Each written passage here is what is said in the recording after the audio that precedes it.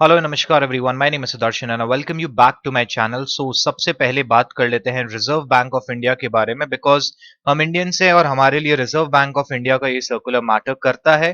और अच्छी बात है इस बार रिजर्व बैंक ऑफ इंडिया की तरफ से, जहां पे रिजर्व बैंक ऑफ इंडिया बोल रही है कि हमारे पास थ्रू मीडिया रिपोर्ट्स ये पता चला है कि जो बैंक एंटिटीज हैं जैसे कि एसबीआई, एचडीएफसी, कोटक महिंद्रा, इनको बैंक एंटिटीज कहा जाता है या रेगुलेटेड एंटिटीज कहा जाता है।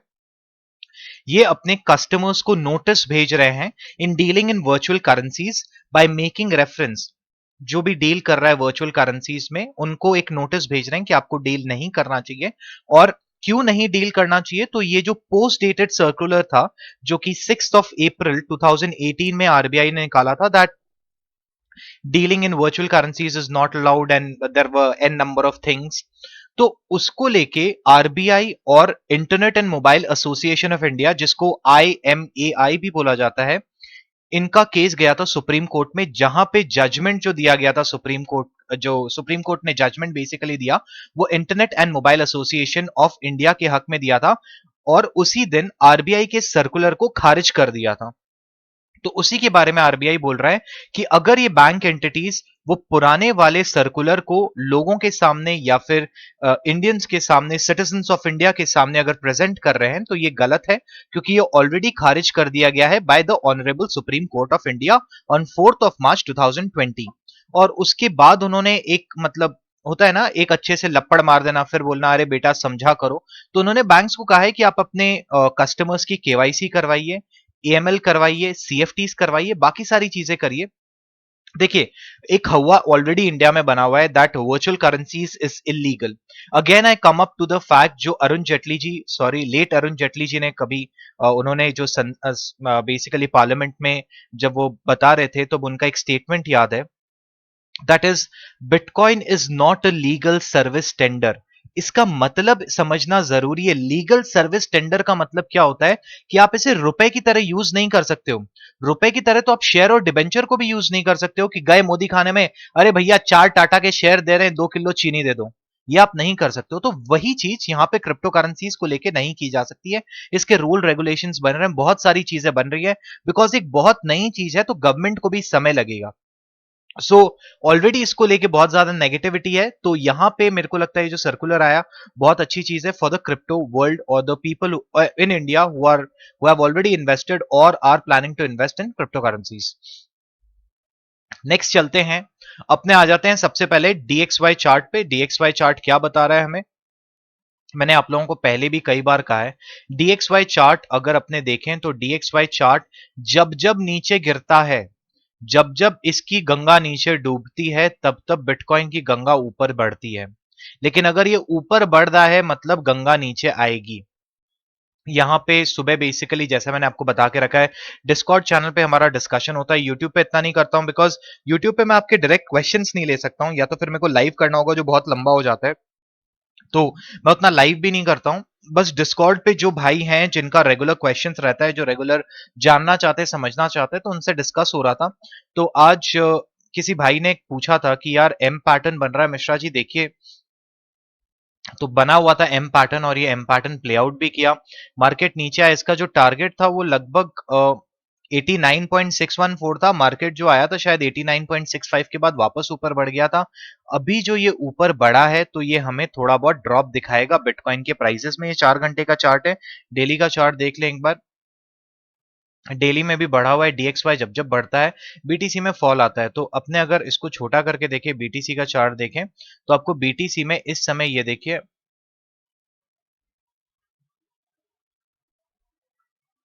वहां पे जैसे जैसे गिरावट होगी बीटीसी बढ़ेगा, जैसे जैसे वहां पे प्राइजेस बढ़ेंगे बीटीसी गिरेगा। There is an inverse relation. जिसका मेरे को डर था वो ऑलरेडी हो गया है। Exponential moving average 20 and exponential and moving average 200 का इंटरसेक्शन हो गया है, जो कि एक सही साइन नहीं है। अब बहुत इंपॉर्टेंट है कि ये रेजिस्टेंस जो कि 41 एंड 42,000 का है, वो ब्रेक हो। अगर नहीं होता है, प्राइजेस वापस लैडर कर सकते हैं और 28,000 के आसपास आ सकते हैं। ये मैं डेली का चार्ट बता रहा हूं। वैसे डेली में ऑल्दो मैं बुलिश हूं, बट ये जो सारी चीजें चल रही है थोड़ा बेरिश बना रही हैं। और अगर इसको हम कर देते हैं मूविंग एवरेज को 200 की जगह 250, तो क्या दिख रहा है एक बार वो भी देख लेते हैं।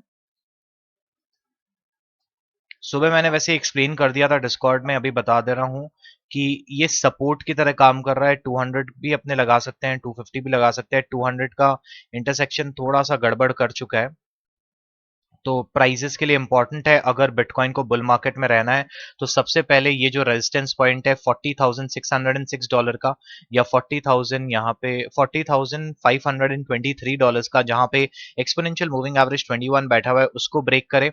और उसके बाद ये जो हमारा 0.65 एंड 0.61 है उसको ब्रेक करके ऊपर की तरफ जाए, बेसिकली गोल्डन पॉकेट को तोड़ के ऊपर की तरफ जाए। बट अगेन, बहुत लोगों के दिमाग में ये चीज आ चुकी है कि बिटकॉइन का ये जो 42,000 का लेवल है ये बुलिश हो जाएगा, बुलिश हो जाएगा। तो ऐसा भी हो सकता है कि मार्केट प्राइसेस यहां से सीधा ऊपर जाएं एंड देन वापस ये लैडर कर जाएं।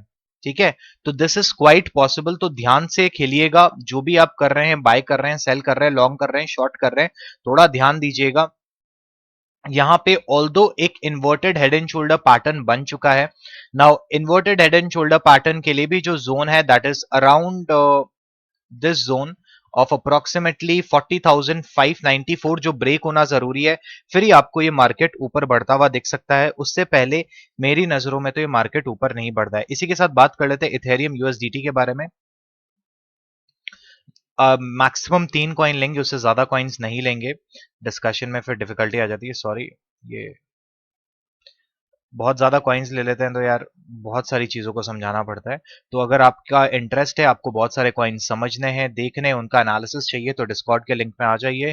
डिस्कॉर्ड का लिंक डिस्क्रिप्शन में होगा और मैं वहां पे सारी चीजें आपको बता दूंगा। फिबोनाची रिट्रेसमेंट ले लेते हैं। यहाँ पे भी हम डेली के थ्रू ले रहे हैं फिबोनाची। मैं यहाँ से इसको नीचे की तरफ ले रहा हूं, देख सकते हैं जो इसका गोल्डन पॉकेट एरिया है वो अभी रिजेक्शन का काम कर रहा है। एंड ऐसा भी नहीं है यार मैं रिजेक्शन देख के फिर बना रहा हूं, ये नॉर्मल मैंने बनाया है। और यूएसडीटी इसलिए लिया है बिकॉज यूएसडीटी से भी बेटर चार्ट जो काम करेगा वो है यूएसडीटी फ्यूचर्स, बिकॉज वहां पे वो आ गया था 400। एक बार इसको करते हैं फिर उसको भी करेंगे। सो इथेरियम के लिए अभी जो इंपॉर्टेंट प्राइस जोन है दैट इज 2738 डॉलर्स। अगर वो ब्रेक होता है तो उसके ऊपर एक और रेजिस्टेंस है, वो रेजिस्टेंस ब्रेक हुआ तो इसका जो नेक्स्ट टारगेट रहेगा वो रहेगा $3,362 का। तो उस पे ध्यान दे सकते हैं आप, लेकिन उसके लिए कंडीशन ये है कि इसके इस लाइन के ऊपर हमें कैंडल मिले, बहुत इंपॉर्टेंट है। और ये इंटरसेक्शन एक्सपोनेंशियल मूविंग एवरेज 22 और एक्सपोनेंशियल मूविंग एवरेज का नहीं होना चाहिए। 22 एंड 55 का अगर इन दोनों एक्सपोनेंशियल मूविंग एवरेजेस का इंटरसेक्शन हो जाता है तो ये एक बेरिश साइन इंडिकेट करेगा। ओवरऑल बुलिश हैं, बट एक बार इथेरियम यूएसडीटी में परपेचुअल फ्यूचर्स का भी देख लेते हैं, परपेचुअल फ्यूचर्स क्या दर्शा रहे हैं, बिकॉज वो चार्ट ज्यादा वैलिड होगा, वॉल्यूम वहां पे बहुत अच्छी आती है। एंड साथ ही साथ उसके प्राइसेस बहुत ज्यादा नीचे गिरे थे। ये है Ethereum perpetual futures, perpetual futures का चार्ट। Okay, very good. यहाँ पे मैंने और भी बहुत कुछ बना के रखा है, चलिए एक्सप्लेन करते हैं क्या क्या बनाया हुआ है। हटा देते हैं, ये भी एक्सप्लेन हो जाएगा आज। सो इसको भी हटा देते हैं। एंड सबसे पहले मैं काम करता हूँ, ये सारे इंडिकेटर्स जो बाकी लाइंस हैं उनको ईएमएस को बंद कर देता हूँ ताकि प्रॉपरली दिखे। और 200 भी ले सकते हैं, 100 भी ले सकते हैं, 250 भी ले सकते हैं, सारे किसी ना किसी कारण से लिए जाते हैं। जब आप मूविंग एवरेजेस के बारे में ज्यादा पढ़ोगे तो आपको दिखेगा। ओके, सो यहां पे आप देख सकते हो कि हम ऑलरेडी इसके ऊपर ट्रेड कर रहे हैं। नेक्स्ट टारगेट जो इसके हिसाब से है exponential moving sorry Fibonacci retracement, जहां पे मार्केट प्राइसेस आ गए थे लगभग $1,400 पे, उसके हिसाब से जो मार्केट इंडिकेट कर रहा है कि मार्केट के पास यहाँ पे जो लेवल होना चाहिए वो रहेगा अराउंड। अच्छा, यहाँ पे एक डब्ल्यू पैटर्न भी बन रहा है, एक मेरे को असेंडिंग ट्रायंगल पैटर्न भी बनता हुआ दिख रहा है। तो मैं पहले W pattern and ascending triangle आपको दिखा देता हूं कहां पे है। इसको ले लेते हैं, ये area will be fine. Yes, let's take this. ठीक है, ये हमारे पास एक एरिया आ गया एंड एक और एरिया चाहिए हमको। तो एक और एरिया के लिए इसको पकड़ते हैं, इससे मिलाते हैं, this will be 2-3 touch. Okay, perfect. तो यहाँ पे ये हमें असेंडिंग ट्रायंगल पैटर्न भी दिखने के लिए मिल रहा है। अगर ब्रेकआउट हुआ तो कहाँ जाएगा, दोनों डायरेक्शंस बता दे रहा हूँ। अगर नीचे की तरफ ब्रेकआउट हुआ तो क्या लेवल्स रहने वाले हैं, और ऊपर की तरफ ब्रेकआउट हुआ तो क्या लेवल्स रहने वाले हैं। ठीक है, मेरे को लगता है बाय डिफॉल्ट मैंने इसको ब्लू ही करके रखा है। तो अगर ये मार्केट ऊपर की तरफ जाता है तो 4370 का मार्क है, और अगर यही नीचे की तरफ ब्रेक करता है, फॉर एग्जांपल यहां से हम एक्सपेक्ट करते हैं यहां से ब्रेक करता है, तो मार्केट के प्राइसेस आ सकते हैं $1023 पे। मिनिमम लिक्विडिटी जो आपको मेंटेन करनी चाहिए मेरे हिसाब से इज लिक्विडेशन। अगर आप मेरी 0% लिक्विडेशन स्ट्रैटेजी को फॉलो कर रहे हैं तो आपको मिनिमम जो मेंटेन करना चाहिए इज बिलो $500। इनफैक्ट अगर होती कोशिश रहती है तो $200 के नीचे रखिएगा अपनी लिक्विडिटी को, उतना फंड मेंटेन करके रखिएगा, बिकॉज ये गिर सकता है। डेली के चार्ट पे देख रहा हूं इसलिए इतना लंबा आपको दिख रहा है, बट अगर डेली में ये प्ले आउट कर जाता है किसी भी हालत में, मतलब ये प्ले आउट करेगा। नाउ ये मैंने आपको इसका बता दिया। अब हम बात कर लेते हैं, जब हम ट्रेंड बेस्ड फिबोनाची के बारे में बात कर रहे होते हैं, किसी भाई ने पूछा था ट्रेंड बेस्ड फिबोनाची में बॉस आप कौन कौन से लेवल्स को ले रहे हो। सो ट्रेंड बेस्ड फिबोनाची भी आपको दिखा देते हैं, रिमूव ऑल ड्राइंग्स कर देते हैं। यहाँ पे ड्राइंग्स रिमूव हो गई हैं। ओके, ट्रेंड बेस्ड फिबोनाची में मैंने जो लेवल्स को लिया है दैट इज, अगर मैं मार्केट ऊपर से नीचे की तरफ आ रहा होता है तो मैं किन किन जोन्स को लेता हूं। सो मैं पहला टॉप पकड़ूंगा, ये टॉप था, दूसरा ये बॉटम था, और उसके बाद ये टॉप था। ठीक है, तो आपको दिख रहा होगा कि ये जो लेवल है ये क्रूशियल लेवल है, 2918 का एक बहुत इंपॉर्टेंट लेवल है। अगर ये ब्रेक हो गया तो मार्केट ये ऊपर डेफिनेटली जाएगा। अगर मार्केट ऊपर जाता है और हम ट्रेंड बेस्ड फिबोनाची के थ्रू ही जानना चाहते हैं कि मार्केट कहां तक ऊपर जाएगा तो कैसे फॉलो करें ट्रेंड बेस्ड फिबोनाची को, तो उसके लिए भी हम देख लेते हैं। तो मैं यहां पे बॉटम पकड़ूंगा, this was the initial bottom, इसके बाद कोई बॉटम आया नहीं था।